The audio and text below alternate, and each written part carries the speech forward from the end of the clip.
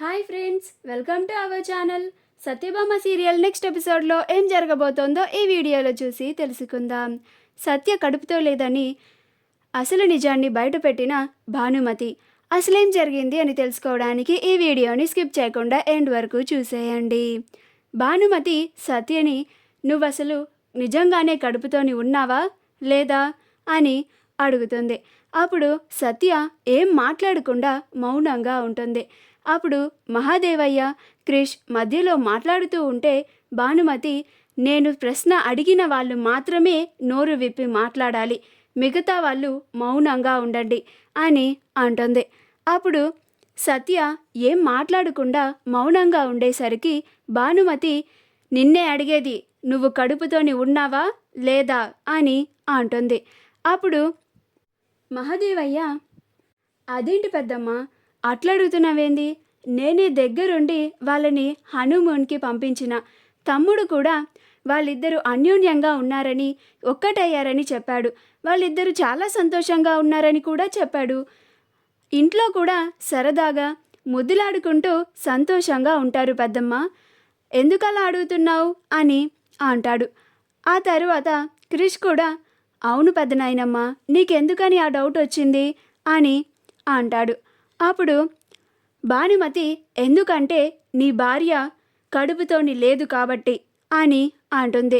అప్పుడు క్రిష్, మహాదేవయ్య అందరూ ఆశ్చర్యపోతారు. అప్పుడు భైరవి, గిదేంది పెద్దత్తమ్మ గింత షాక్ ఇచ్చింది, నేను సత్యతో నిజం చెప్పిద్దాం అనుకుంటే ఈమెనే చెప్పేసిందేంది, అసలు ఈమెకి సత్య కడుపుతో లేదని ఎట్లా తెలిసింది అని అనుకుంటూ ఉంటుంది. అప్పుడు మహాదేవయ్య, ఏంటి పెద్దమ్మ నువ్వు చెప్పేది, చిన్న కొడలు కడుపుతో లేకపోవడం ఏంది అని అంటాడు.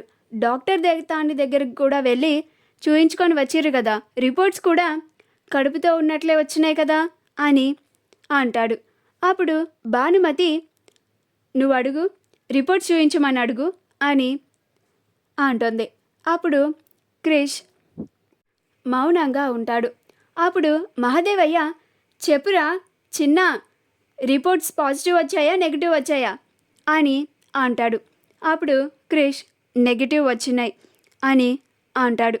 అప్పుడు మహాదేవయ్య, గదేంద్ర గట్ల రావుడేంది అని అంటాడు. అప్పుడు భానుమతి, ఎందుకంటే నీ చిన్న కొడుకు కోడలు ఇప్పటికీ కలిసి ఒక్కసారి కూడా కాపురం చేయలేదు కాబట్టి అని అంటుంది. ఆ మాట వినగానే అందరూ ఆశ్చర్యపోతారు. అప్పుడు భానుమతి, కడుపు లేకపోయినా కానీ కడుపున్నదని కడుపుతోని ఉన్న వాళ్ళ చేత చేయించే పూజని వీళ్ళిద్దరూ ఇలా జరిపిస్తూ దేవుడిని అవమానించిన చోట నేను ఇక్కడ ఒక్క క్షణం కూడా నేను ఉండను అని అక్కడి నుంచి వెళ్ళిపోతుంది. భానుమతి వెళ్ళిపోగానే మహాదేవయ్య కృష్ణి చెంప మీద ఒక్కటిస్తాడు. అప్పుడు సత్య చాలా భయపడిపోతూ ఉంటుంది.